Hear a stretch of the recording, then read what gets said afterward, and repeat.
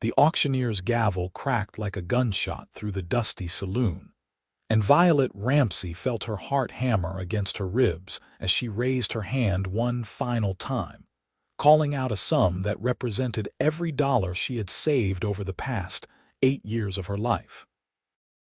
Georgetown, Colorado had seen its share of desperate moments since the Silver Rush of 1859, but this particular autumn afternoon in 1876 carried a weight that pressed down on everyone gathered in the makeshift auction hall. The air smelled of tobacco smoke, whiskey, and something darker that Violet recognized as the scent of broken dreams.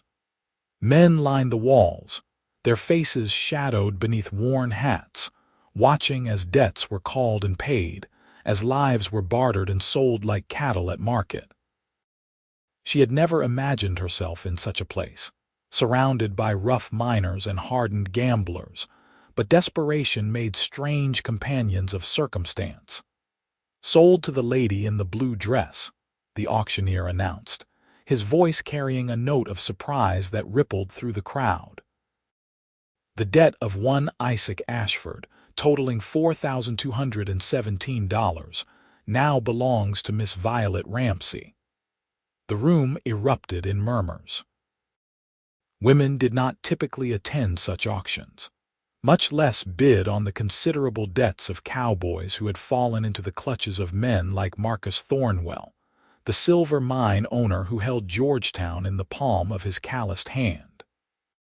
Violet ignored the stares burning into her back, kept her chin level as she walked forward to sign the papers that would transfer Isaac Ashford's crushing burden from Thornwell's ledger to her own name. Her hands trembled only slightly as she dipped the pen in ink. The clerk, a thin man with spectacles perched on a narrow nose, looked at her with something between pity and curiosity. He had no way of knowing that she had been saving every penny since she was 15 years old, working as a seamstress in her aunt's dress shop, taking an extra mending by candlelight, selling the delicate lace she tatted during the long mountain winters. He could not know that this money had originally been meant for something else entirely, a different dream that had died 3 years ago when consumption had taken her intended husband before they could speak their vows.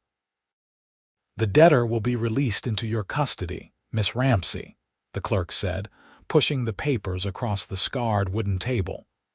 "He owes you labor or payment equal to the sum as stipulated by territorial law.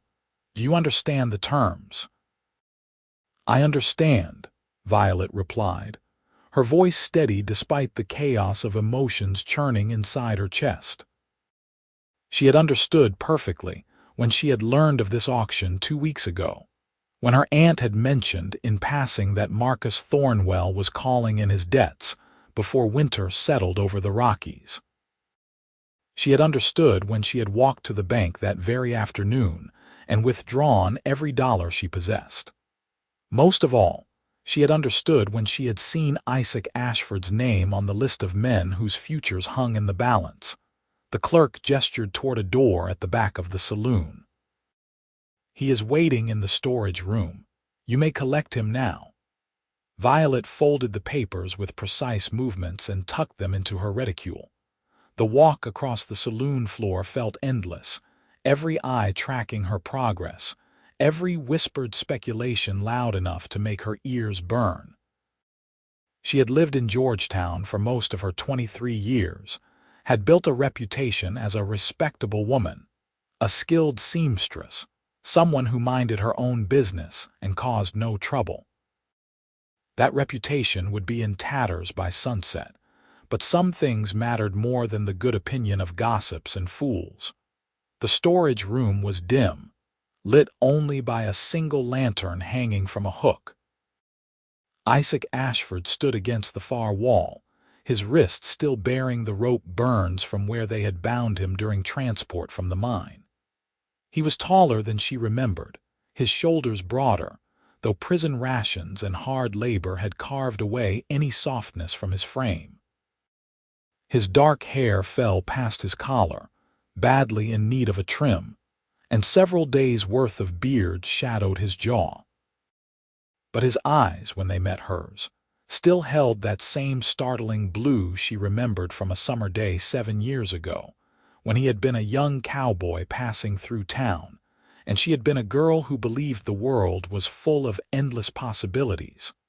Miss Violet. His voice was rough, rusty from disuse or perhaps from shouting in the mines. He straightened slowly as though expecting a blow or a trick. "What are you doing here?"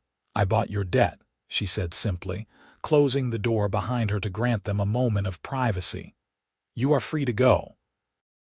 Isaac stared at her as though she had spoken in a foreign language. His hands, calloused and scarred, flexed at his sides. "You did what?" "I purchased your debt from Marcus Thornwell," Violet repeated, enunciating each word clearly. "The papers are signed and witnessed.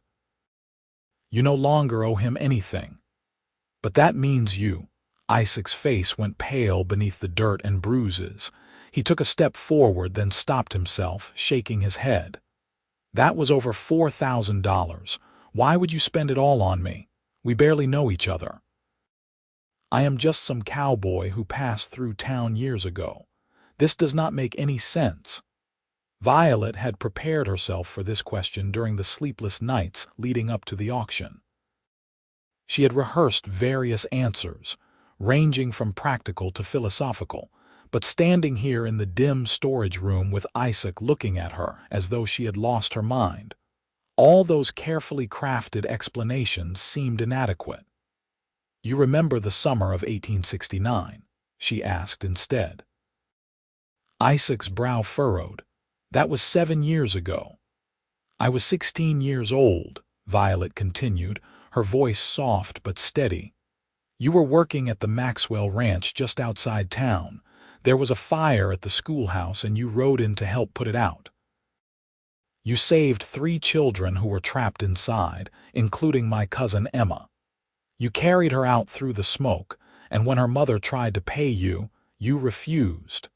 You said it was just the right thing to do." Recognition flickered in Isaac's eyes, followed by confusion. "I remember the fire, but that was nothing special. Anyone would have done the same." "But not everyone did," Violet pointed out. "Half the men in town stood around arguing about whether the building was worth saving. You did not hesitate. You just acted." She took a breath, gathering her courage. "That same summer, you stopped a spooked horse from trampling Mrs. Chen outside the general store. You helped repair the church roof for no pay. You worked extra hours at the ranch so that old Mr. Maxwell could rest after he hurt his back. You probably do not remember most of those things, but I do. This whole town does, even if they have short memories now." Isaac's jaw tightened. "That still does not explain why you would ruin yourself financially for me. $4,000, Violet. Do you understand what you have done?" "That was probably your entire savings. People will say you are a fool or worse. They will say—" He stopped, his face flushing.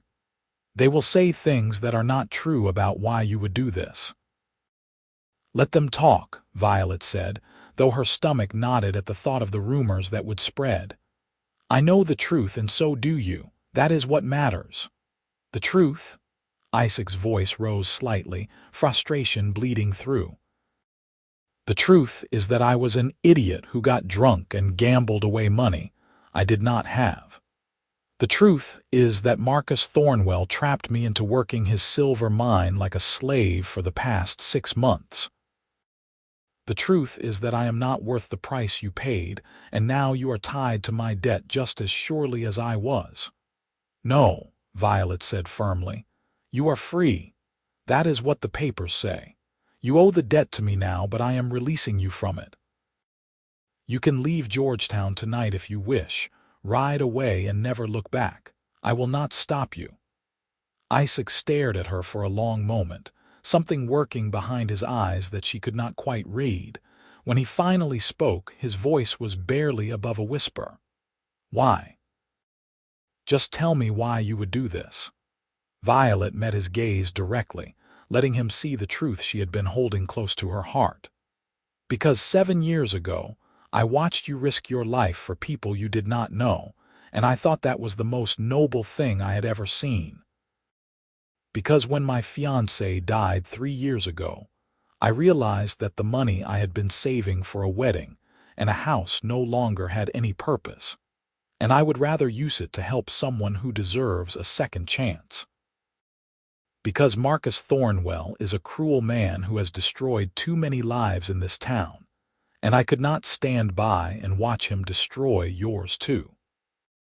She paused, then added softly, "And because I remember how you looked at the mountains that summer, like you were born to be free, and I could not bear the thought of you dying in those dark mines." The silence that followed stretched between them like a taut rope. Isaac's throat worked as he swallowed hard. His eyes, impossibly blue in the lantern light, glistened with moisture he refused to let fall. "I do not know what to say," he finally managed. "You do not have to say anything," Violet replied. "Just walk out of here and live a good life. That will be payment enough." Isaac shook his head slowly. "You do not understand. I cannot just leave. That debt is yours now, which means I owe you either $4,217 or labor equivalent to that sum. That is the law. If I just ride away, you will be responsible for the full amount, and Thornwell will come after you. He is not the kind of man to let something like this go." Violet had known this, of course. The clerk had explained the terms quite clearly. But she had hoped that Isaac would simply accept his freedom and disappear before the complications could catch up with them. Apparently, he was more honorable than she had anticipated, which was both admirable and terribly inconvenient. "I will manage," she said, though she had no idea how. "No," Isaac said, his voice gaining strength and conviction. "I am not going to let you suffer for my mistakes. If you insist on holding my debt, then I insist on working it off properly. I know horses and cattle. I can do ranch work, carpentry, whatever you need. I will stay in Georgetown and work until I have paid back every cent." "That could take years," Violet protested. "Then it takes years." Isaac's jaw set in a stubborn line she suspected was typical of him. "I am not a man who runs from his debts, especially not when someone has sacrificed so much for my sake. You showed me mercy, Miss Violet. The least I can do is show you honor in return." Violet wanted to argue, wanted to tell him that this was not how it was supposed to work, that she had bought his debt specifically so he could be free without obligation. But looking at Isaac's determined face, she realized that arguing would be pointless. He was as stubborn as the Colorado mountains and just as immovable. "Very well," she said, relenting. "If you insist on staying, I suppose I could use help with some repairs around my aunt's shop. The winter was hard on the building, and neither of us has the skill to fix the damage properly." "Consider it done," Isaac said immediately. "When do we start?" "Tomorrow," Violet replied, suddenly exhausted by the emotional weight of the day. "Meet me at Ramsey's dress shop on Main Street at sunrise. We can discuss the details then."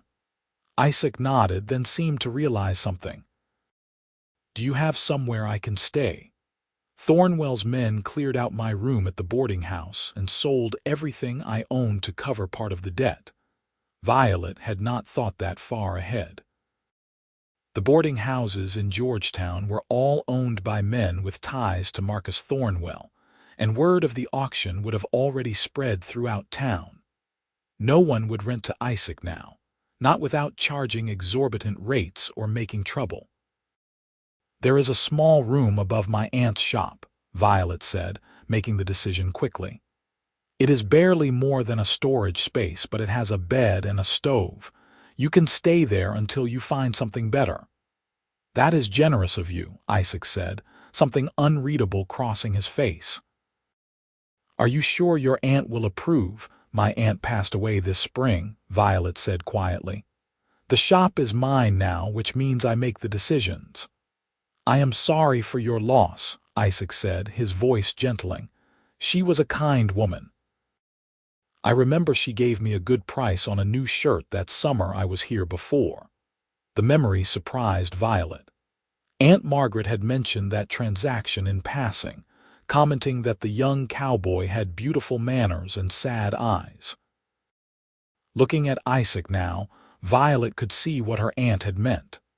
Despite the dirt and exhaustion, despite the obvious hardship he had endured, there was a fundamental decency in the way he carried himself that no amount of suffering could erase.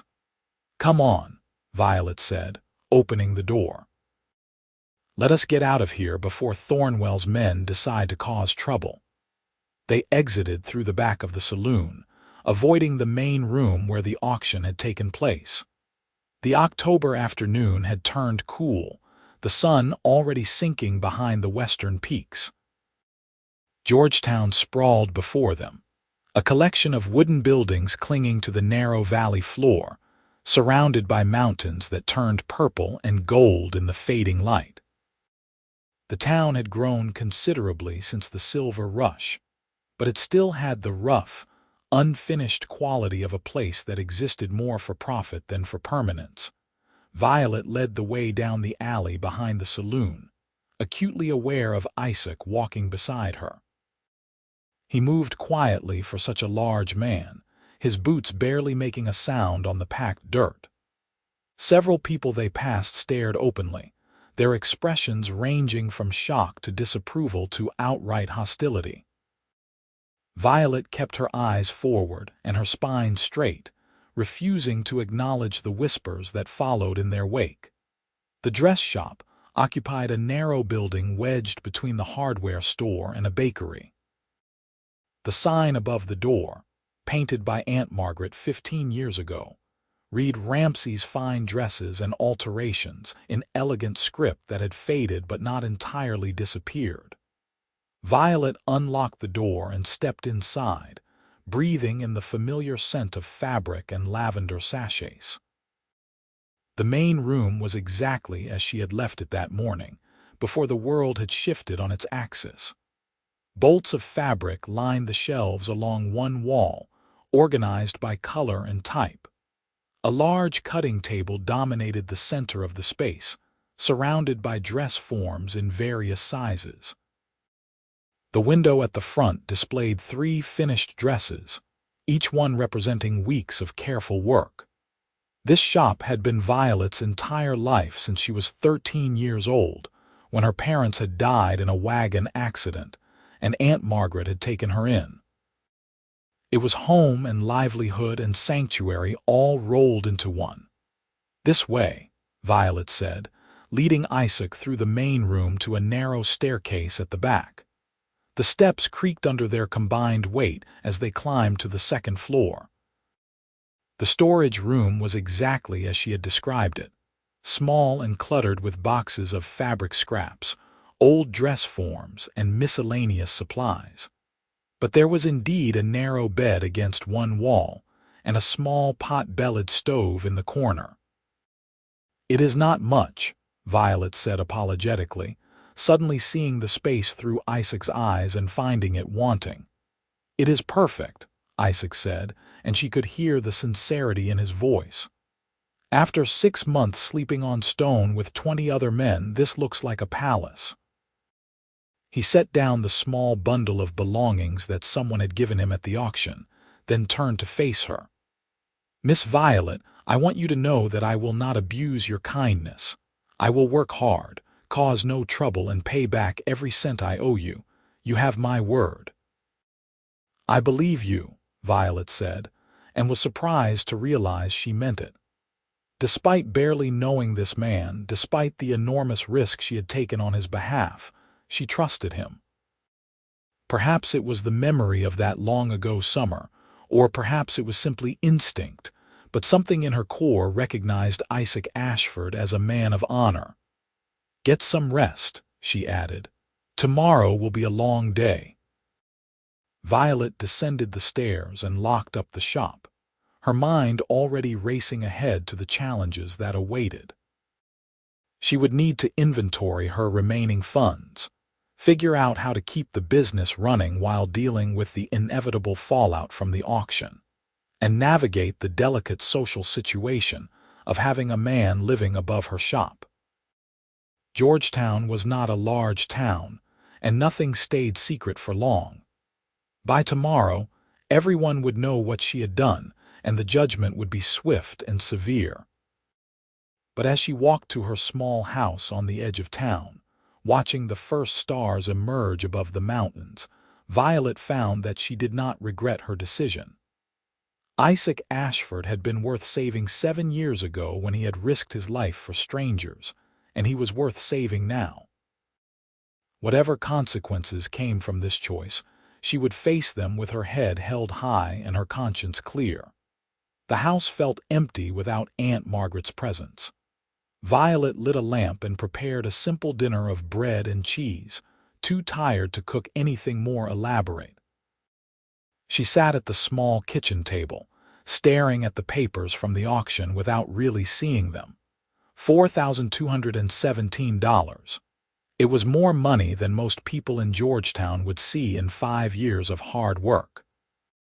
She had spent it all in a matter of minutes, and now her future was as uncertain as the mountain weather. A knock at the door startled her from her thoughts. Violet rose cautiously, wondering if Isaac had followed her or if one of the townspeople had decided to confront her about the auction. But when she opened the door, she found neither. Instead, Marcus Thornwell himself stood on her porch, his bulk blocking out the starlight. "Miss Ramsey," Thornwell said, his voice carrying the false warmth of a snake oil salesman. "I hope I am not intruding." "It is late," Violet said, keeping her hand on the door frame and not inviting him inside. "What do you want?" Thornwell's smile did not reach his eyes. He was a man in his late 50s, grown wealthy from silver mines and the labor of men too desperate or foolish to see his traps until it was too late. He wore expensive clothes that could not quite disguise the brutality in his bearing, the sense that violence was always just beneath his polished surface. "I wanted to discuss this afternoon's auction," Thornwell said.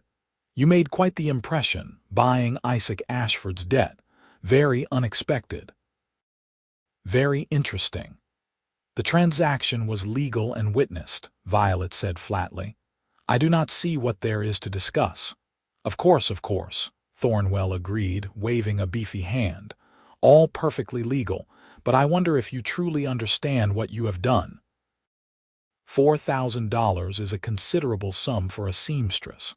That represents years of savings, I would imagine, perhaps your entire nest egg." "My finances are my own business," Violet said, her voice cool despite the fear creeping up her spine. "Ordinarily, I would agree," Thornwell said. "But when someone makes such an unusual purchase, it raises questions. It makes me wonder about the relationship between you and Mr. Ashford. After all, why would a respectable woman bankrupt herself for a drifter and a gambler unless there was something more going on?" Violet felt her face flush with anger. "Isaac Ashford is an honorable man who made a mistake. I chose to help him because it was the right thing to do. If you have come here to spread gossip or make insinuations, you can leave now." Thornwell's false smile faded. "I am not here to spread gossip, Miss Ramsey. I am here to make you an offer. I will buy that debt from you for $5,000. That is a profit of nearly $800 for a single day's work. You would be a fool to refuse." The offer took Violet by surprise, but only for a moment. Thornwell never did anything without an ulterior motive, and this was no exception. If he wanted Isaac's debt back badly enough to offer a premium, it meant there was something about the situation that threatened him or his interests. "No, thank you," Violet said. "The debt is not for sale." Thornwell's expression darkened. "You are making a mistake. Isaac Ashford is trouble, always has been. He will bring nothing but hardship to your door. Take my offer now before you have cause to regret your impulsive generosity." "Good night, Mr. Thornwell," Violet said firmly, and closed the door in his face. She stood in the dark hallway, listening to the heavy footsteps retreat from her porch. Her heart hammered against her ribs and her hands trembled with a mixture of fear and defiance. She had just refused Marcus Thornwell, the most powerful man in Georgetown, and made an enemy in the process. The realization should have terrified her, but instead, she felt a strange sense of liberation.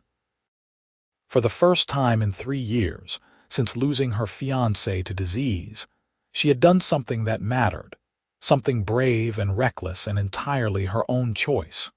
Sleep came slowly that night, interrupted by dreams of blue eyes and mountain storms. Dawn arrived cold and clear, painting the peaks pink and gold. Violet dressed carefully in her most practical work dress, braided her dark hair into a simple coronet, and walked to the shop just as the sun cleared the eastern ridge. She half expected Isaac to have vanished in the night, spooked by Thornwell's influence or the enormity of the debt between them. But when she unlocked the shop door, she heard footsteps on the stairs, and a moment later, Isaac descended into the main room. He had cleaned up as best he could, washing away the mine dust and trimming his beard with what must have been a borrowed razor. His hair was damp and slicked back, revealing the strong bones of his face. He wore the same clothes as yesterday, but they had been brushed and straightened. He looked younger than she had thought, probably only 25 or 26, though his eyes carried the weariness of someone much older. "Good morning," Isaac said, his voice still rough but stronger than yesterday. "I hope I did not wake you. I was trying to be quiet." "You did not wake me," Violet assured him. "I am usually here before sunrise anyway.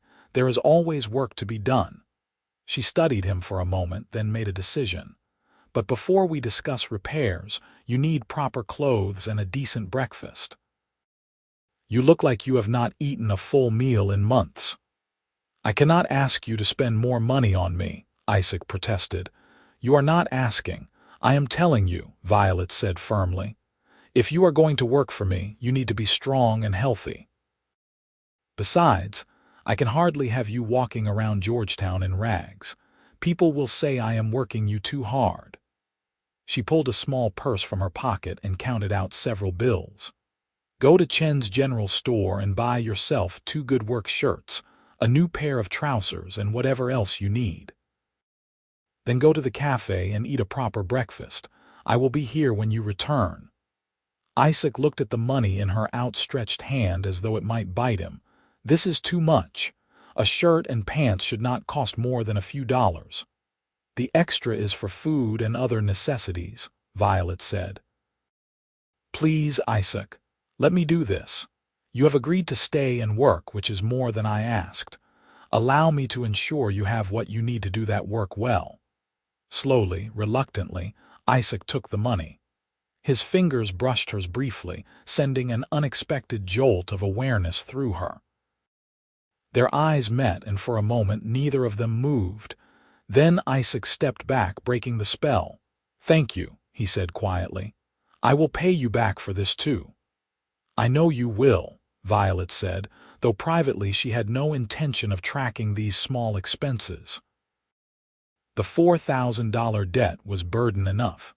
Isaac left through the front door, and Violet watched him walk down Main Street toward the general store. Several early risers stopped to stare, their faces registering shock and disapproval. Violet sighed, knowing that her reputation was being shredded with every passing moment, but there was no help for it now. She had made her choice, and she would live with the consequences. The morning passed quietly as Violet worked on a dress commission for the banker's wife, an elaborate afternoon gown that required careful attention to detail. She was so focused on her stitching that she did not notice Isaac's return until he cleared his throat from the doorway. Violet looked up and felt her breath catch. The The transformation was remarkable. Clean and properly dressed, Isaac Ashford was quite possibly the most handsome man she had ever seen. The new shirt emphasized his broad shoulders, and the dark trousers fit him well. He had visited the barber too, apparently, because his hair was neatly trimmed and his beard had been shaped into something respectable. But it was more than just the external changes. There was a light in his eyes that had not been there yesterday, a sense of possibility that 6 months in the mines had nearly extinguished. "You look well," Violet said, understating the matter considerably. "I feel human again," Isaac replied, a hint of a smile touching his lips. "I also feel guilty for spending your money, but you were right. I needed these things." He held up a paper bag. "I brought you something from the cafe. The owner, Mrs. Harrison, said you often forget to eat breakfast when you are working." Violet accepted the bag, touched by the thoughtfulness. Inside was a still warm biscuit with butter and honey, exactly what she would have ordered for herself. "Thank you. That was very considerate." They ate together in companionable silence, standing by the front window and watching Georgetown wake up around them. Miners headed toward the hills. Shopkeepers opened their doors. Women hurried to the market with baskets over their arms. It was an ordinary morning in an ordinary town, except that nothing felt ordinary anymore. Something had shifted in Violet's world, some fundamental change that she could not quite name but felt in every breath. "So," Isaac said, finishing his coffee and setting down the cup, "tell me about these repairs you mentioned." Violet led him around the building, pointing out the various problems that had accumulated over the harsh winter. Several roof shingles needed replacing. The back door hung crooked on its hinges. One of the windows had cracked and needed new glass, and the front steps had rotted through in places and were dangerous to walk on. It was a daunting list, but Isaac surveyed each problem with a practiced eye. "This is all manageable," he said. "I will need to get supplies from the hardware store, but I should be able to handle most of it myself. The roof will take the longest, probably 3 or 4 days depending on the weather. Everything else can be done in pieces around your business hours." "I can give you money for the supplies," Violet offered. Isaac shook his head. "I will talk to the hardware store owner. Maybe he will let me work off the cost there too. I am good with repairs, and I know most businesses in town need similar work done. I can build a reputation and earn money that way, paying you back faster." "That is a good idea," Violet said, impressed by his initiative. "Mr. Patterson owns the hardware store. He is a fair man. Tell him I sent you." Isaac nodded and headed off to make those arrangements. Violet returned to her sewing, but found it difficult to concentrate. Her mind kept drifting to Isaac, to the way he had looked in his new clothes, to the quiet determination in his voice when he spoke about paying back his debt. She had expected to feel like a benefactor, someone offering charity from a position of superiority. Instead, she felt like an equal, perhaps even someone who had more to learn than to teach. The day passed in a rhythm of work and brief conversations. Isaac returned with supplies and began repairing the front steps, his movements efficient and skilled. Customers came to the shop, some genuinely needing alterations, others clearly there to gossip about the scandal of Violet buying a man's debt.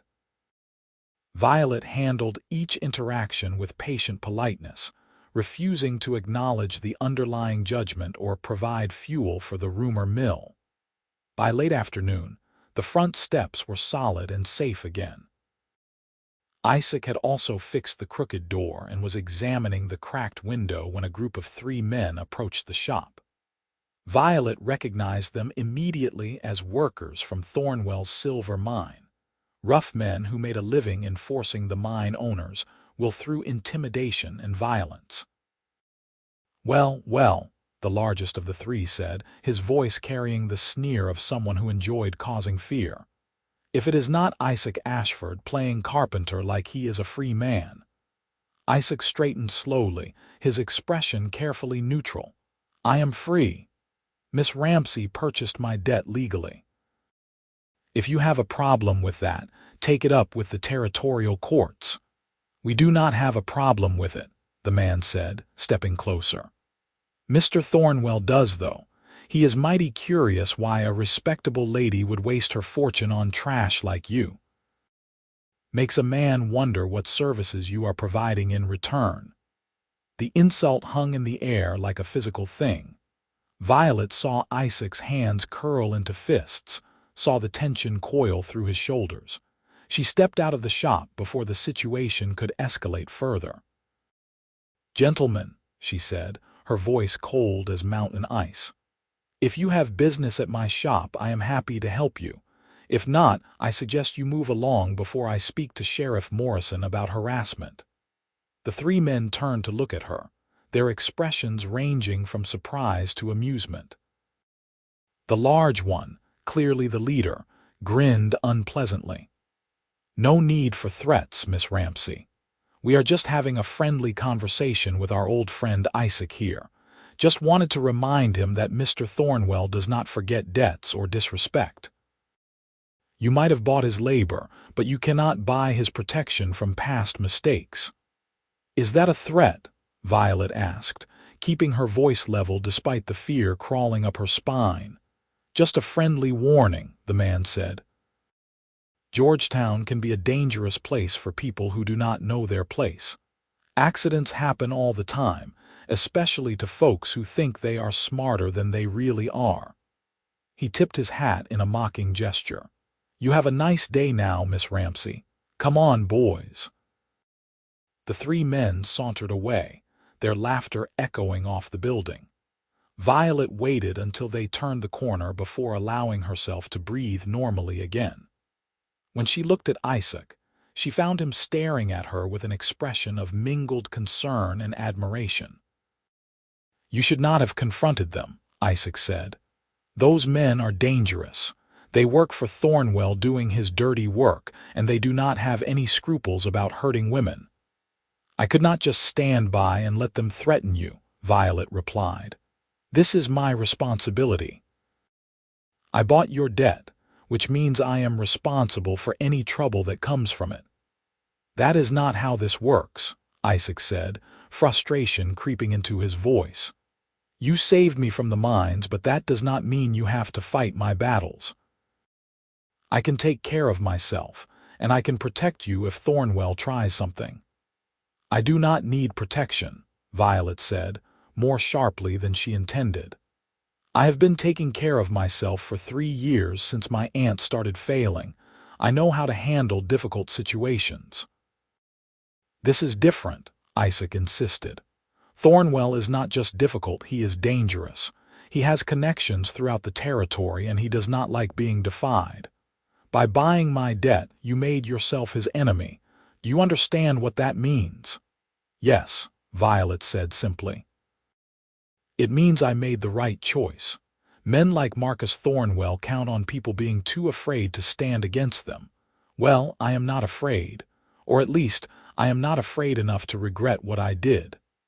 Isaac studied her for a long moment, something shifting behind his eyes. You are either the bravest woman I have ever met or the most foolish. Perhaps both, Violet admitted with a faint smile. But either way, we are in this situation together now, so we might as well make the best of it. The tension between them eased slightly. Isaac returned to examining the window, and Violet went back inside the shop. But the encounter with Thornwell's men had shaken her more than she wanted to admit. She had known there would be consequences to her actions, but she had not fully considered the physical danger that might result.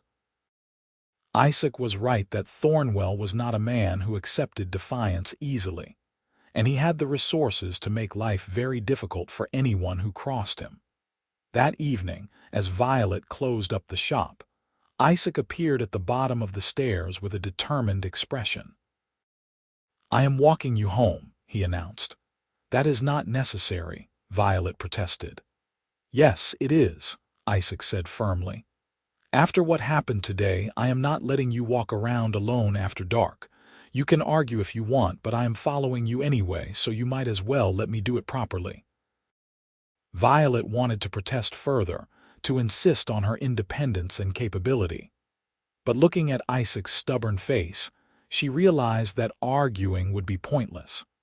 Besides, a small part of her that she did not want to examine too closely was glad for the company. They walked through Georgetown's darkening streets in silence at first. The October evening had turned cold, and Violet pulled her shawl tighter around her shoulders. Isaac walked beside her, close enough that she could feel the warmth radiating from him, but not so close as to be improper. His presence was oddly comforting, solid and dependable in a way that made her feel safer than she had in a long time. "Tell me about your fiancé," Isaac said suddenly. "If you do not mind talking about it." Violet was surprised by the question, but found she did not mind answering. "His name was Thomas Caldwell. We grew up together, planned to marry when we both turned 20. But he got sick the winter before our wedding. Consumption. It took him slowly, and there was nothing anyone could do." She paused, remembering those terrible months of watching someone she loved fade away. "I used to think that was the worst thing that could happen to a person, losing someone you plan to spend your life with. But now I think maybe the worst thing is not loving at all, not taking chances because you are afraid of being hurt." "Is that why you bought my debt?" Isaac asked softly. "Because you were tired of being afraid." "Partly," Violet admitted. "But mostly because I looked at you 7 years ago and saw someone worth knowing. I never forgot that, even though we barely spoke. When I saw your name on that auction list, I could not stand the thought of you dying in Thornwell's mines. It seemed like such a waste." They had reached her house, a small cottage at the edge of town with a neat garden and white curtains in the windows. Violet paused at the gate, suddenly reluctant for the evening to end. "Thank you for walking me home," she said. "You were right that I should not be alone after dark, at least until this situation with Thornwell settles down." "It is not a burden," Isaac assured her. "Walking with you is the most pleasant part of my day." He seemed to realize what he had said and looked away quickly, his ears reddening. "I mean, you have been very kind and I appreciate the company. That is all." Violet felt warmth bloom in her chest, a feeling she had not experienced in years. "I appreciate your company too, Isaac, more than you might think." They stood there for a moment, the silence stretching between them but not uncomfortable. Then Isaac tipped his hat and stepped back. "I will see you tomorrow morning," he said. "Sleep well, Miss Violet." "Violet," she corrected gently. "You do not need to be so formal. We are living under the same roof, after all, more or less." "Violet," Isaac repeated, and her name sounded different in his voice, warmer somehow. "Good night, Violet." "Good night, Isaac." She watched him walk back down the street toward town, his tall figure gradually disappearing into the darkness. Only then did she go inside, her mind whirling with thoughts and feelings she was not quite ready to name. The next few days fell into a comfortable pattern. Isaac worked on the shop repairs during the day, and Violet managed her sewing commissions. They ate meals together, sometimes at the shop and sometimes at the cafe, and Isaac walked her home every evening. They talked about everything and nothing, sharing stories of their pasts and dreams for the future. Violet learned that Isaac had grown up on a ranch in New Mexico, that his parents had died when he was young, that he had spent years drifting from place to place looking for somewhere to belong. Isaac learned that Violet had always loved working with fabric, that she had taught herself to read using her aunt's collection of novels, that she had never traveled more than 50 miles from Georgetown in her entire life. With each conversation, the distance between them shrank.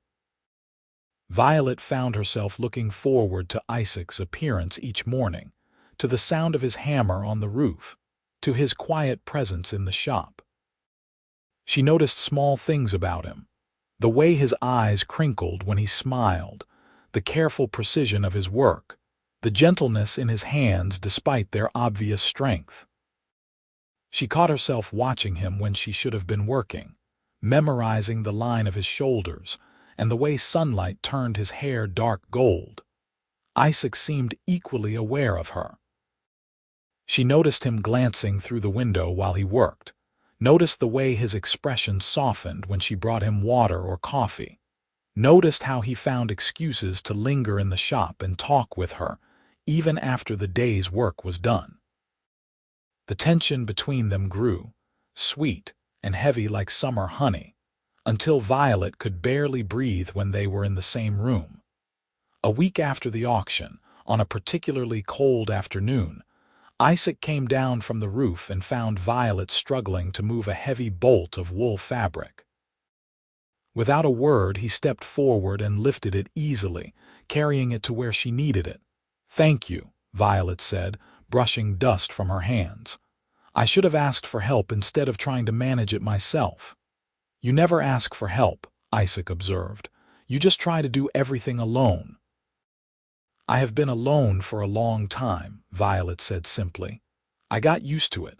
"You are not alone anymore," Isaac said, and there was something in his voice that made her heart skip. "I am here, Violet. You helped me when I needed it most. Let me help you too." Violet looked up at him, at this man who had become so much a part of her life in such a short time. The shop felt suddenly very small, the air between them charged with unspoken possibilities. Isaac reached out slowly, giving her time to step away if she wanted, and gently brushed a strand of hair from her face. His calloused fingers lingered on her cheek, impossibly tender. "Violet," he said softly, "I need to tell you something. I have been trying to find the right words, but I am not good with words, so I am just going to say it plain. I am falling in love with you. Maybe I have been falling since that day you walked into the storage room and told me you bought my debt. Maybe it started even before that, 7 years ago when I first saw you standing outside the schoolhouse. I do not know exactly when it happened, but I know it is true. I love you, and I needed you to know, even if you cannot feel the same way." Violet's breath caught in her throat. She had known, on some level, that her feelings for Isaac had grown beyond simple compassion or friendship. But hearing him say those words, seeing the vulnerability in his eyes, made everything real in a way that terrified and exhilarated her in equal measure. "Isaac," she began, then stopped, unsure how to put her tangled emotions into words. "I did not buy your debt expecting anything in return. I do not want you to feel obligated to me or to think you owe me more than honest work." "This has nothing to do with obligation," Isaac said, his hand still cupping her face. "This is about how I feel when I see you smile or hear you laugh, or watch you work on your sewing with such concentration that you forget the whole world exists. This is about lying awake at night thinking about you in your house alone, wishing I could be there to keep you safe and happy. This is about wanting to wake up every morning for the rest of my life and know that I get to spend the day with you." His thumb brushed across her cheekbone. "I love you, Violet Ramsey. Not because you saved me, but because you are the most remarkable woman I have ever known, and I cannot imagine my life without you in it anymore." Tears pricked at Violet's eyes. She raised her own hand and covered Isaac's, holding it against her cheek. "I love you too," she whispered. "I think I have been falling in love with you since that first day when you looked at me and asked why I would spend it all on you. I did not know how to answer then, but I know now. I spent it all on you because even then, my heart recognized something my mind had not caught up to yet. You are worth every penny, Isaac. You are worth everything." Isaac's eyes blazed with emotion. He leaned down slowly, giving her every opportunity to pull away, but Violet did not move. When his lips met hers, it was gentle and sweet and full of promise. The kiss lasted only moments, but it felt like the earth shifted beneath Violet's feet, like everything she thought she knew about herself and her life had been rearranged into a new and better configuration. When they pulled apart, both of them were breathing hard. Isaac rested his forehead against hers, his hands framing her face as though she were something precious and fragile. "I am still going to pay you back every cent," he said, and Violet laughed despite the tears streaming down her face. "I know you will," she said. "You are stubborn that way. But after I have paid it all back," Isaac continued, "I want to court you properly. I want to take you to dances and buy you flowers and make sure everyone in Georgetown knows that you are the woman I intend to marry if you will have me." "You want to marry me?" Violet asked, her heart soaring. "Eventually," Isaac said. "When the time is right, when I have proven that I can provide for you and give you the life you deserve. I will not ask you to marry a man who is in debt and has nothing to offer but his labor and his love. But someday, when I have made something of myself, I am going to ask you properly, and I am going to hope with everything in me that you say yes." "I would say yes right now," Violet said fiercely. "I do not care about money or what you can provide. I care about you, Isaac, just you." "I know," Isaac said, kissing her forehead gently. "But I care about giving you the best life I can. So let me do this right. Let me earn my freedom and my self-respect, and then we can build a future together that is not shadowed by debts and obligations." Violet wanted to argue, wanted to tell him that none of that mattered, but she could see the determination in his eyes and knew that this was important to him. Isaac needed to feel that he came to her as an equal, not as someone she had rescued. She could understand that, even if it meant waiting.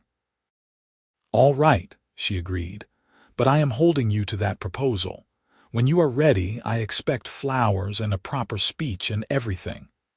"You will get all of that and more," Isaac promised. "I will make sure everyone in Colorado Territory knows how much I love you." They kissed again, longer this time, drinking in the taste and feel of each other. When they finally broke apart, Violet was dizzy with happiness, her entire body humming with a joy she had never experienced before. Isaac looked equally stunned, as though he could not quite believe this was really happening. The moment was interrupted by a sharp knock at the shop door. They sprang apart guiltily, and Violet hastily smoothed her dress while Isaac ran a hand through his disheveled hair.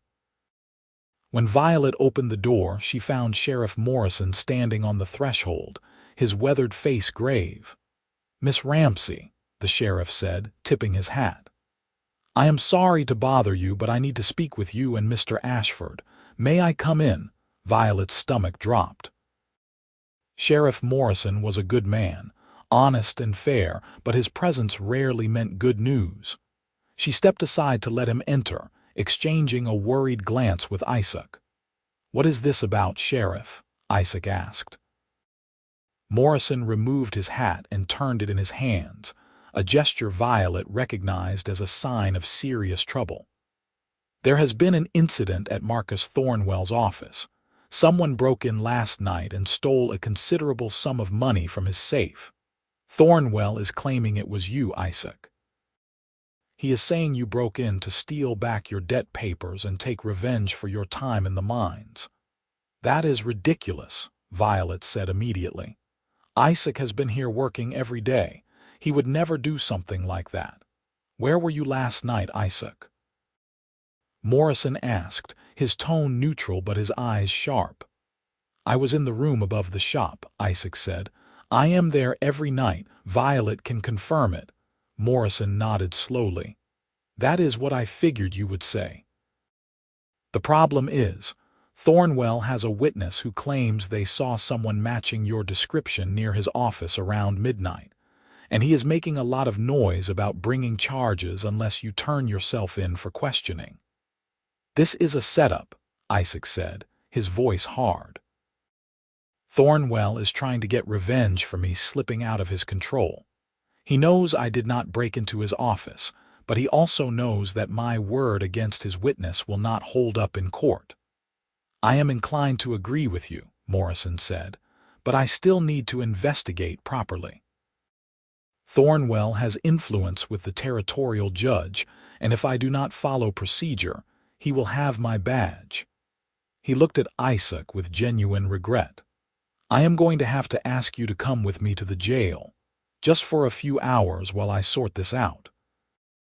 I do not like it, but it is the only way to keep Thornwell from escalating this further. No, Violet said, stepping between them. You cannot arrest Isaac. He has done nothing wrong. I am not arresting him, Morrison clarified. I am asking him to come in for questioning. There is a difference. It is all right, Violet, Isaac said quietly. He placed a hand on her shoulder, squeezing gently. I will go with the sheriff and answer his questions. We both know I have nothing to hide, and this will blow over once Morrison investigates properly. But what if Thornwell has fabricated more evidence? Violet asked, her voice rising with panic. What if this is about more than just intimidation? He could be planning to frame you for this crime and send you to prison. Then we will fight it, Isaac said firmly. Together. But right now, the best thing I can do is cooperate with the sheriff and show everyone that I have nothing to fear from an honest investigation. He looked at Morrison. I will come peacefully, but I want it on record that I categorically deny breaking into Thornwell's office or stealing anything from him. Noted, Morrison said, relieved that Isaac was not going to make this difficult. Come on then. The sooner we do this, the sooner I can clear your name and shut Thornwell up. Violet watched helplessly as Isaac left with the sheriff, her earlier joy evaporating into cold fear. This was exactly what Thornwell had warned would happen, the danger that came from defying a powerful man. She should have seen it coming, should have prepared for Thornwell to strike back. But she had been so caught up in her growing feelings for Isaac that she had let her guard down. The rest of the day passed in a blur of anxiety. Violet could not focus on her work, could not eat, could barely think about anything except Isaac sitting in a jail cell for a crime he did not commit. She closed the shop early and went directly to the sheriff's office, determined to do whatever she could to help. Sheriff Morrison was at his desk, surrounded by papers and looking thoroughly frustrated. He glanced up when Violet entered, sympathy clear in his eyes. He is in the back, Morrison said before she could ask. I have not charged him with anything yet, but Thornwell is pushing hard. He brought in a witness, a miner named Jack Sullivan, who claims he saw Isaac near the office last night. Problem is, Sullivan works for Thornwell and probably owed him money or favors. His testimony is not worth much, but it is enough to create doubt.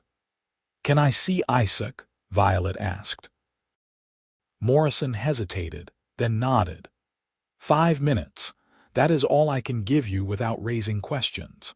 Violet followed him to the back of the building where 2 cells stood empty except for Isaac in the farthest one. He was sitting on the narrow cot, his head in his hands, but he looked up when he heard footsteps. Relief flooded his face when he saw Violet. You should not be here, Isaac said, standing and moving to the bars. This is not your problem to solve. Everything about you is my problem, Violet said, reaching through the bars to take his hands. We are in this together, remember. I am not going to abandon you just because Thornwell is playing dirty. He's going to try to use this to destroy both of us, Isaac said. He wants me back under his control, and he wants to punish you for defying him. This is not just about the theft anymore. It is about power and revenge. Then we need to prove his witness is lying, Violet said. We need to find out who really broke into his office and stole that money. That is easier said than done, Isaac replied. Thornwell has half the town in his pocket, and most people are too scared to cross him." "Not everyone," Violet said, an idea forming in her mind. "There are people in Georgetown who resent Thornwell's control, who would love to see him taken down a peg. We just need to find them and convince them to help." Isaac looked at her with a mixture of hope and concern.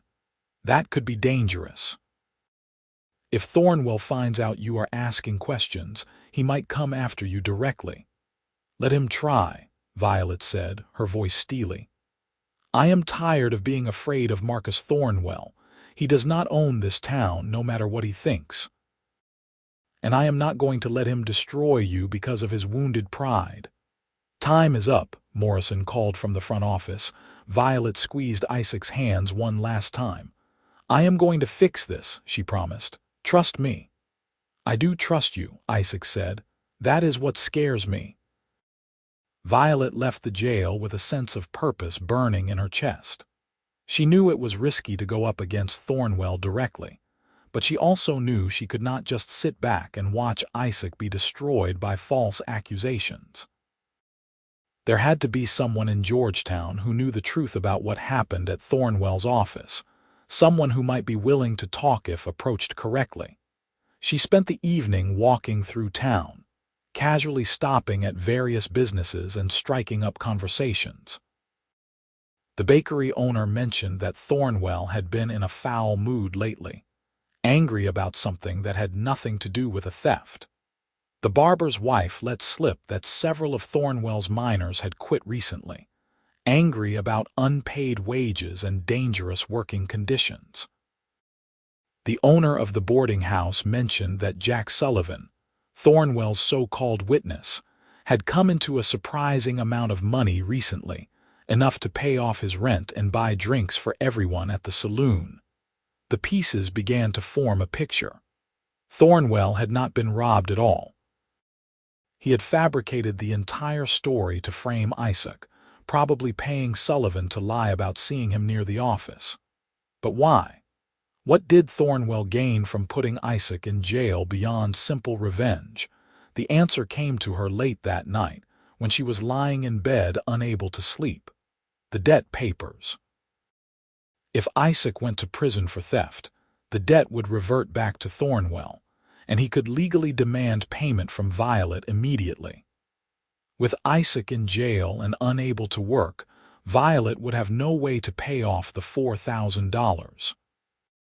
She would lose everything, the shop, her house, possibly even her freedom if Thornwell chose to press the matter.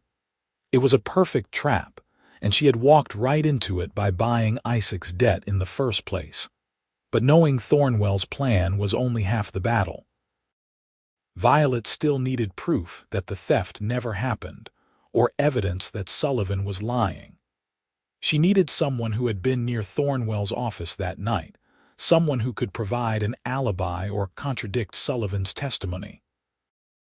The next morning, Violet opened the shop as usual but spent most of her time thinking and planning. Around mid-morning, a young woman entered hesitantly, looking around as though afraid someone might see her.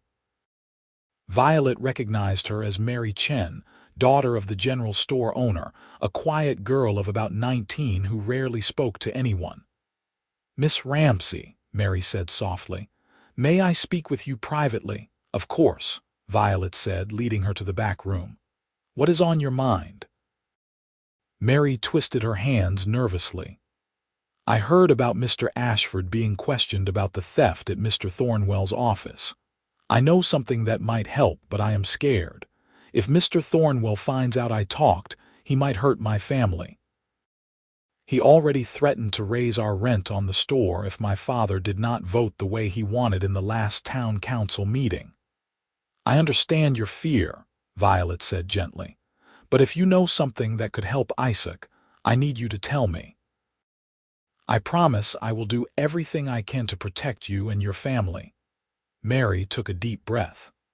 "I was walking home late 2 nights ago, the night of the supposed theft. I had been helping my mother with inventory at the store.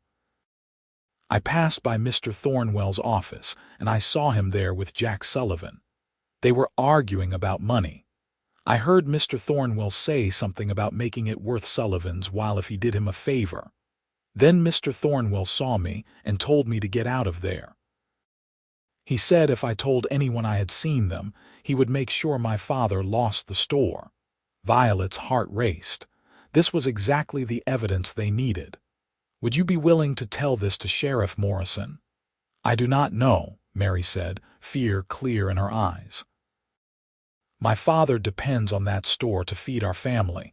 If we lose it because of me, you would not be responsible for that, Violet insisted. Thornwell is the one committing crimes here, not you. And if we can prove that he fabricated this theft to frame Isaac, the judge will have to hold him accountable. Judges can be bought too, Mary said quietly.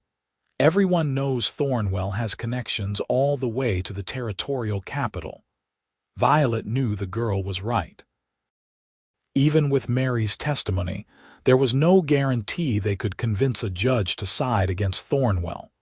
But it was the best chance they had, and Violet was not going to waste it. Let me talk to Sheriff Morrison first, Violet said. I will explain the situation and see what he thinks our options are. In the meantime, write down everything you remember from that night, every detail, no matter how small. We will need as much evidence as possible. Mary nodded reluctantly and left through the back door, clearly terrified but determined to do the right thing. Violet waited until she was gone, then locked up the shop and hurried to the sheriff's office. Morrison listened to her story with growing interest, his expression shifting from skepticism to cautious hope. If this girl is willing to testify, it changes everything. But you are right that we need more than just her word against Sullivan's. Thornwell will claim she is lying to help you, and without physical evidence, it becomes a matter of who the judge believes. What kind of physical evidence would we need? Violet asked. Morrison leaned back in his chair, thinking. If we could prove that no theft actually occurred, that would be ideal. Bank records showing Thornwell depositing the supposedly stolen money, for example, or testimony from someone who saw inside his safe after the alleged break-in. But getting that kind of information would require access to Thornwell's private records, which I cannot obtain without a warrant, and I cannot get a warrant without probable cause. What if someone broke into Thornwell's office and found evidence? Violet asked. Then that evidence would be inadmissible in court, Morrison said firmly. And whoever broke in would be guilty of the very crime we are trying to prove Isaac did not commit. I cannot and will not condone illegal activity, even in pursuit of justice. Violet understood his position, but it left them in an impossible situation. They needed evidence that only Thornwell could provide, but he would never voluntarily give them anything that would exonerate Isaac. There must be another way, Violet said, mostly to herself. Some other approach we have not considered. Let me do some investigating, Morrison said. I will talk to people around town, see if anyone else saw or heard anything unusual that night. Maybe I can build a case strong enough to pressure Thornwell into dropping the charges. It was not much, but it was something. Violet left the sheriff's office feeling slightly less hopeless than before.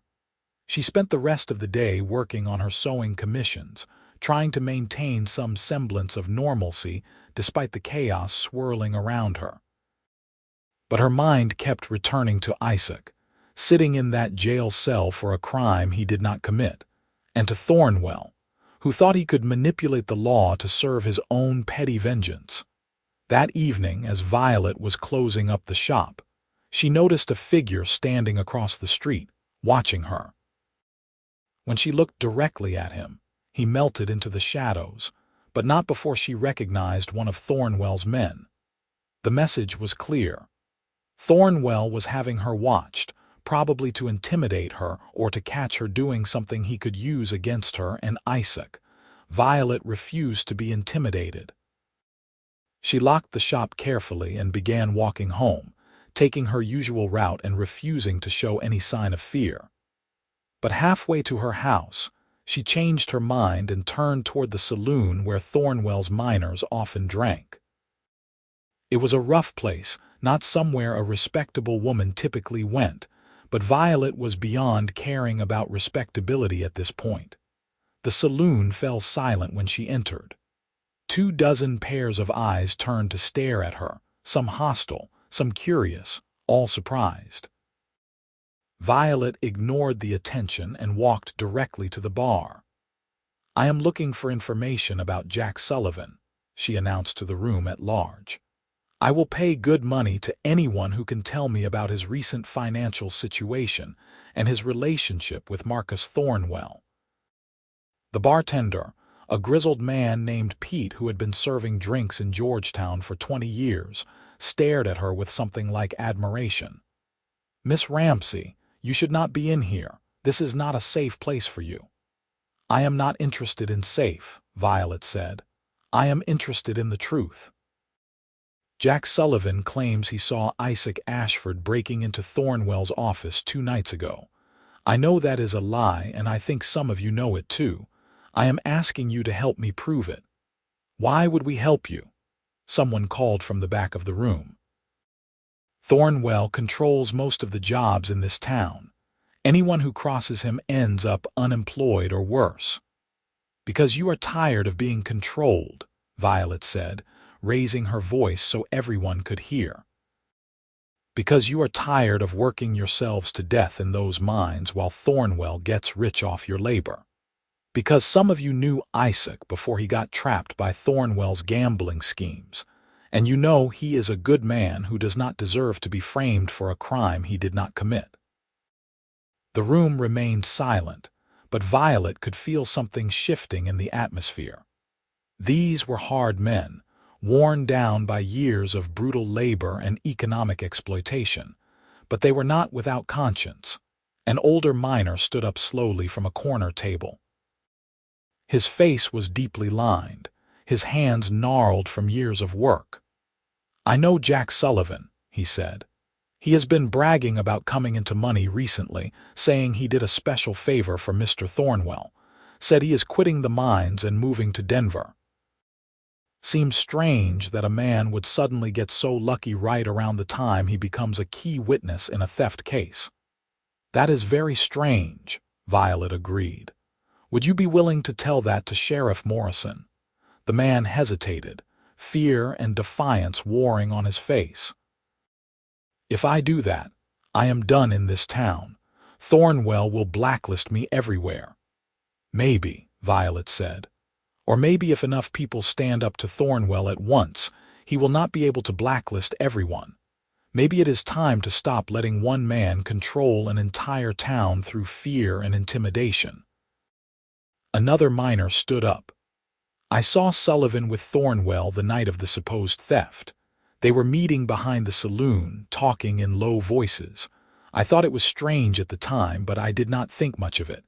Now I am wondering what they were planning." More men began speaking up, each adding a small piece to the puzzle. Someone had seen Thornwell's safe and noticed it did not look damaged or broken into. Someone else had overheard Thornwell telling one of his foremen that he was going to teach Isaac Ashford a lesson about defying him. One by one, the miners of Georgetown began to realize that their collective testimony could bring down the man who had oppressed them for years. By the time Violet left the saloon an hour later, she had the names of 7 men willing to testify about various irregularities in Thornwell's story. It was not definitive proof of Isaac's innocence, but it was enough to create reasonable doubt. Combined with Mary Chen's testimony about seeing Thornwell and Sullivan together, it might be enough to convince a judge to dismiss the charges. Violet went directly to the sheriff's office, where Morrison was still working late. She laid out everything she had learned, watching hope kindle in his eyes as the evidence mounted. "This is good," Morrison said. "This is very good. With this many witnesses contradicting Thornwell's version of events, I can pressure him to drop the charges. If he refuses, we can take it to the territorial judge and let him sort it out. Either way, Isaac should be released soon." "How soon?" Violet asked.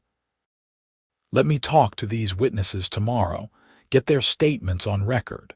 Then I will confront Thornwell directly. If he is smart, he will back down rather than risk a public trial that exposes his lies. We should know by tomorrow evening at the latest." Relief flooded through Violet, so intense it made her knees weak. "Thank you, Sheriff, for believing Isaac and for investigating this properly." "I am just doing my job," Morrison said gruffly. "Though I will admit, you made it a lot easier by doing most of the investigation yourself." "That was brave and foolish in equal measure, Miss Ramsey. Thornwell is not going to forgive you for turning his own men against him." "I am not asking for his forgiveness," Violet said. "I am asking for justice." That night, Violet slept better than she had in days, knowing that Isaac would soon be free and that Thornwell's scheme had been exposed. She woke before dawn and went to the shop early, unable to contain her nervous energy. She tried to work on her sewing but found herself constantly glancing out the window, watching for any sign of Isaac or the sheriff. Around mid-morning, Sheriff Morrison appeared at her door with Isaac beside him. Isaac looked tired but whole, his expression transforming into pure joy when he saw Violet. She dropped the dress she had been working on and ran to him, not caring who saw or what they thought. Isaac caught her in his arms, holding her tight enough to lift her off her feet. "You did it," Isaac said, his voice rough with emotion. "Morrison told me how you gathered testimony from the miners, how you stood up to them in the saloon and convinced them to tell the truth. Violet, you saved me again." "We saved each other," Violet said, pulling back just enough to see his face. "You believed in me enough to stay, and I believed in you enough to fight. That is what love is supposed to be." Isaac's eyes glistened. "I love you so much. I do not have the words to say how much." "Then show me," Violet said, and kissed him right there in the doorway of her shop, in full view of everyone on Main Street. The kiss was deep and passionate, a promise of everything they had been through and everything yet to come. When they finally broke apart, Violet noticed a small crowd had gathered, watching with expressions ranging from scandalized to delighted. She did not care. Let them watch. Let them gossip. She had found something far more valuable than reputation or social standing. She had found love. Sheriff Morrison cleared his throat diplomatically. "I will leave you two alone. But Isaac, you should know that Thornwell has left Georgetown. When I confronted him with the testimony from the miners, he realized his scheme had fallen apart. He left town this morning claiming he had urgent business in Denver. I doubt he will be back any time soon." "Good riddance," Isaac said. "Maybe without him, this town can finally breathe." Morrison tipped his hat and left. Isaac and Violet stood in the doorway for a long moment, just holding each other and savoring the feeling of crisis averted. "So what happens now?" Violet asked eventually. "Now I get back to work," Isaac said. "I still owe you $4,000, and I meant what I said about paying back every cent. But I also meant what I said about courting you properly and asking you to marry me when the time is right." "How long will that take?" Violet asked. "Paying back the debt." Isaac did a mental calculation. "If I work hard and take on extra jobs around town, maybe 2 years. 3 at most. I know that is a long time to wait, but—" "Or," Violet interrupted, "we could get married sooner and you could work off the debt as my husband instead of my employee. That way we could build our life together instead of waiting for some arbitrary point in the future when you feel worthy enough." Isaac stared at her. "Are you proposing to me?" "I suppose I am," Violet said, feeling suddenly bold and reckless and more alive than she had felt in years. Unless you object to the idea of marrying a woman who is apparently very bad at letting men be traditionally chivalrous. I do not object at all, Isaac said, his face breaking into the widest smile Violet had ever seen. In fact, I cannot think of anything I want more than to marry you, Violet Ramsey. Today, tomorrow, as soon as the preacher can arrange it. I love you, and I do not want to waste another day pretending I need to prove myself worthy when you have already decided I am worth your time and your heart. So is that a yes? Violet asked, her own smile matching his. That is the biggest yes of my entire life, Isaac said, and kissed her again. They were married 3 days later in a simple ceremony at the town church. Most of Georgetown turned out to watch, curiosity overcoming their earlier judgment. Mary Chen and her family attended, proud to have played a role in bringing justice to light. The miners who had testified against Thornwell came as well, their faces showing a newfound hope that perhaps life in Georgetown might improve now that the town's biggest bully had fled. Even Sheriff Morrison attended, standing up as Isaac's witness and looking pleased that everything had worked out well. Violet wore a dress she had made herself, simple but elegant, with lace at the collar and cuffs. Isaac wore new clothes purchased with his first week's wages from various odd jobs around town. They spoke their vows in front of the preacher and all of Georgetown, promising to love and cherish each other through whatever challenges life might bring. When the preacher pronounced them husband and wife, Isaac kissed Violet with such tenderness and joy that several people in the audience wiped away tears.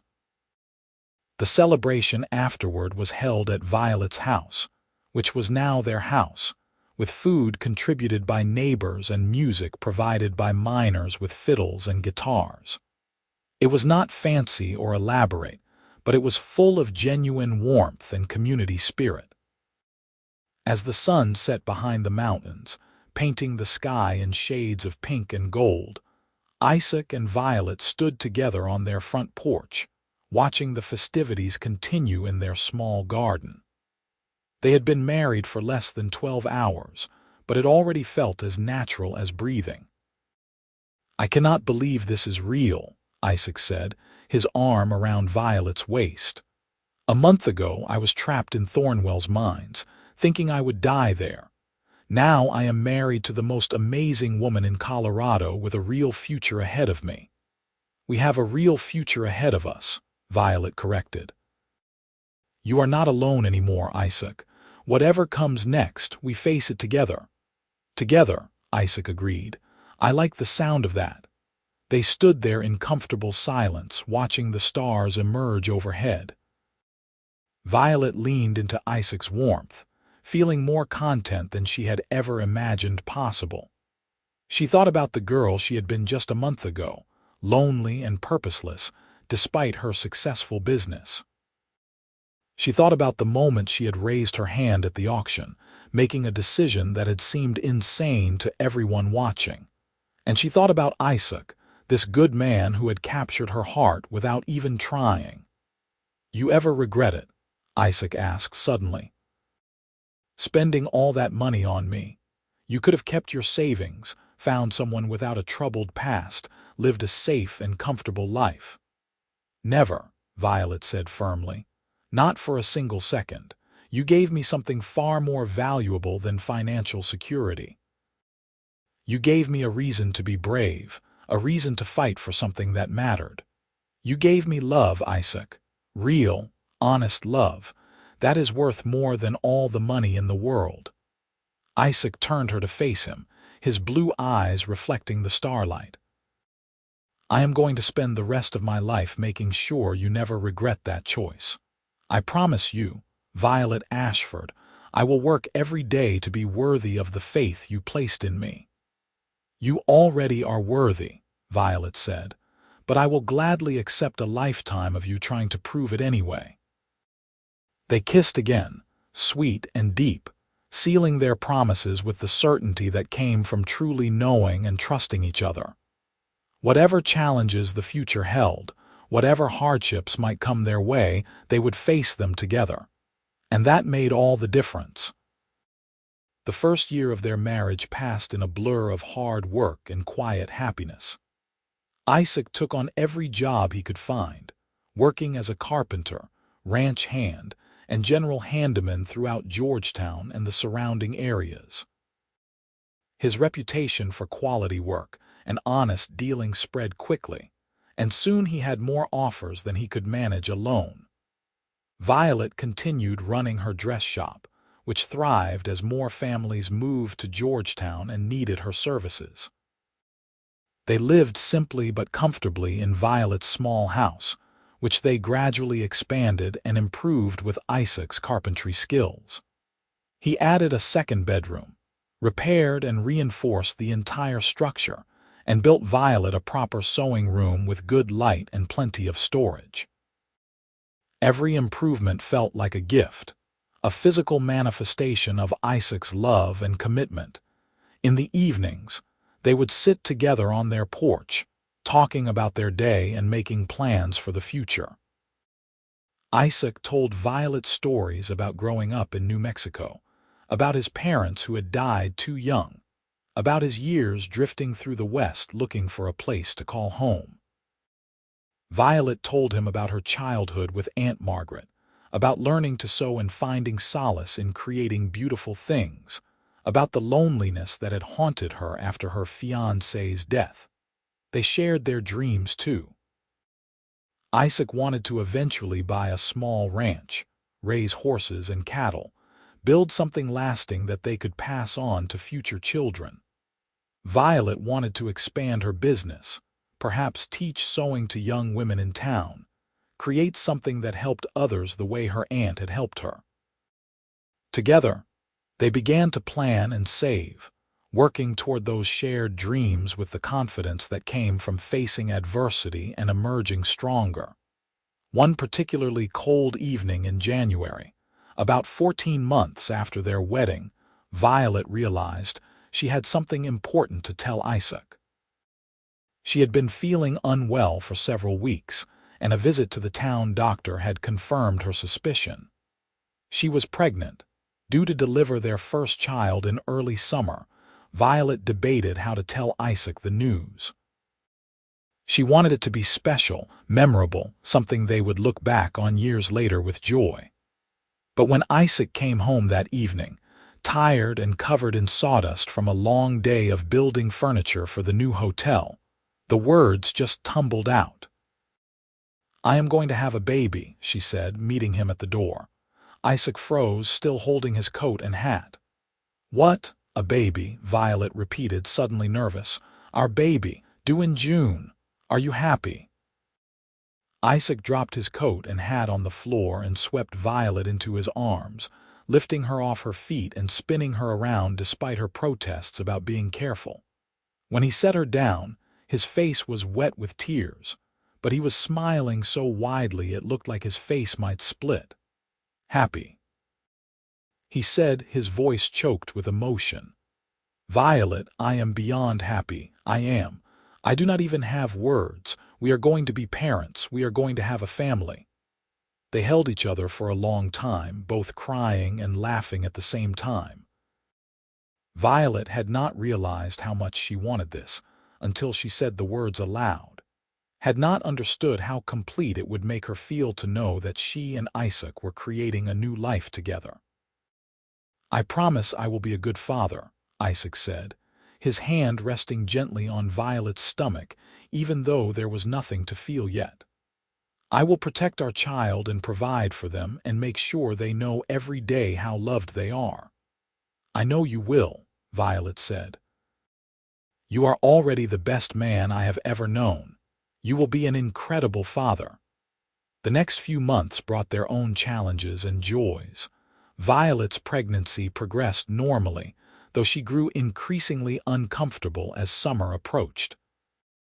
Isaac became even more protective, insisting she rest more and work less, driving her slightly crazy with his constant worry. But she loved him for it, loved seeing the way his face lit up when he felt the baby kick, loved watching him prepare the second bedroom as a nursery with the same meticulous care he brought to all his projects. Their son was born on a sweltering June afternoon in 1877, after a labor that lasted nearly 20 hours and left Violet exhausted but elated. Isaac had stayed by her side the entire time, holding her hand and whispering encouragement even when she had screamed at him to leave her alone. The moment the doctor placed their son in Isaac's arms, Violet saw her husband transform. All the worry and fear melted away, replaced by pure wonder and love. "He is perfect," Isaac whispered, tears streaming down his face. "Violet, look at him. He is absolutely perfect." Their son, whom they named Thomas after Violet's late fiancé and called Tommy, was indeed perfect in their eyes. He had Isaac's blue eyes and Violet's dark hair, and a strong set of lungs that he demonstrated regularly throughout his first few months of life. Parenthood was exhausting and overwhelming, and more wonderful than either of them had imagined. 2 years after their wedding, Isaac finished paying off the last of his debt to Violet. He had worked relentlessly, taking every job and saving every penny he could spare. The final payment felt momentous, not because it changed anything practical in their lives, but because it represented Isaac's determination to keep his promises. "It is done," he said, handing Violet the last handful of bills on a cool October evening. $4,217, paid in full. "I am officially a free man, Violet, free of debt, free of shame, free to build our future without any shadows hanging over us." Violet took the money and immediately put it in their savings jar. "This is our money now, Isaac. Not mine or yours, but ours, and we are going to use it to buy that ranch you have been dreaming about." Isaac looked stunned. "Are you sure that money is yours? You earned it long before you met me." "No," Violet said firmly. "I spent it on you, which means I spent it on us, on our future together. Now you have paid it back, which means we have doubled our savings. That is enough for a down payment on a small ranch, especially now that land prices have started coming down." They began looking at properties immediately, exploring the valleys and foothills around Georgetown for a place that felt right. In December, they found it. 160 acres of good grazing land about 5 miles outside town, with a small house that needed work but had good bones, a barn and a creek running through the property. The price was fair, and the seller was willing to work with them on terms. They moved to the ranch in the spring of 1878, when Tommy was nearly a year old. Violet kept her dress shop in town but worked from home more often, traveling to Georgetown only twice a week to meet with customers and deliver finished pieces.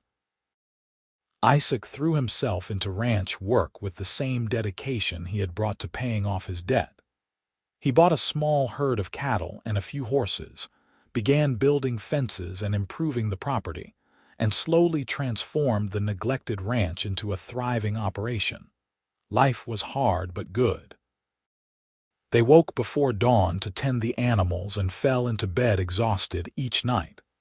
Money was tight, especially in the beginning, and there were moments when Violet wondered if they had taken on too much too quickly. But every time doubt crept in, she would watch Isaac playing with Tommy in the yard, or see the way he looked at the mountains beyond their property line with such deep satisfaction, and she knew they had made the right choice. Their daughter was born in the autumn of 1879, a tiny girl with blonde hair and green eyes who they named Margaret after Violet's aunt. Maggie, as they called her, was a quiet baby, content to watch the world with solemn eyes while her older brother ran circles around her. Tommy adored his little sister from the moment he met her, declaring himself her protector and refusing to leave her side for weeks after she was born. As the years passed, The ranch prospered. Isaac's hard work and Violet's careful financial management paid off. They expanded their herd, bought neighboring land when it became available, and built a reputation as reliable ranchers who treated their workers fairly and their animals well. Violet's dress business evolved too, as she began teaching sewing to young women in Georgetown and eventually opened a small school for the domestic arts in their old house in town. Tommy and Maggie grew up surrounded by love and wide open spaces, learning to ride horses and work cattle alongside their father. They attended the school in Georgetown, making friends and thriving in the close-knit community. Isaac taught them about honor and hard work and keeping promises. Violet taught them about compassion and creativity, and standing up for what was right even when it was difficult. In 1885, when they had been married for nearly 9 years, a third child arrived unexpectedly. Another son, whom they named Isaac Jr. but called Jack, completed their family. By then, Isaac and Violet had become respected members of the Georgetown community, known for their kindness and integrity. The scandal of their initial meeting had long since been forgotten, replaced by admiration for how they had built a successful life together through hard work and mutual support. One evening in the summer of 1890, Isaac and Violet sat on the porch of their ranch house, watching the sun set behind the mountains. Their children were inside, the older two helping Jack with his reading lessons. 15 years had passed since that fateful autumn day when Violet had raised her hand at an auction and changed both their lives forever. "You ever think about that day?" Isaac asked, reading Violet's thoughts as he so often did. "The day you bought my debt." "All the time," Violet admitted. "I think about how terrified I was, how everyone thought I had lost my mind, how I had no idea what I was doing beyond knowing I had to help you. It was the craziest thing I have ever done." "And the best?" Isaac asked with a smile. "And the best," Violet agreed. "Everything good in my life came from that decision. You, our children, this ranch, the life we have built together. None of it would exist if I had not taken that chance." Isaac reached over and took her hand, his rough calluses familiar and comforting. "I asked you once why you would spend it all on me. Do you remember what you said?" "I do," Violet said. "But my answer is different now. Back then I thought I was saving you because of some debt I owed to the universe, because you had been kind and brave and deserved better. But the truth is, I think I saved you because my heart recognized something my mind had not caught up to yet. I saved you because I was supposed to love you, because we were supposed to build this life together." "Fate?" Isaac asked, slightly teasing. "Maybe," Violet said. "Or maybe just recognizing someone worth fighting for when I saw him. Either way, I would do it again in a heartbeat. Every penny, every moment of fear and uncertainty, all of it was worth it to have you by my side." Isaac raised her hand to his lips and kissed it gently. "I love you, Violet Ashford. I have loved you since the moment you walked into that storage room and told me I was free. I will love you until the day I die, and probably beyond that too." "I love you too," Violet said, "always and forever." They sat together in the gathering darkness, hand in hand, surrounded by the life they had built through faith and hard work and unwavering love. Inside the house, their children's laughter rang out, bright and joyful. The ranch spread out around them, 200 acres now, prosperous and well-tended. The mountains stood eternal in the distance, their peaks catching the last rays of sunlight and turning gold. This was home. This was family. This was the future that had seemed impossible 15 years ago, when a seamstress had spent everything she had to save a cowboy she barely knew. It had been worth it, every dollar and every doubt. Love was always worth it in the end.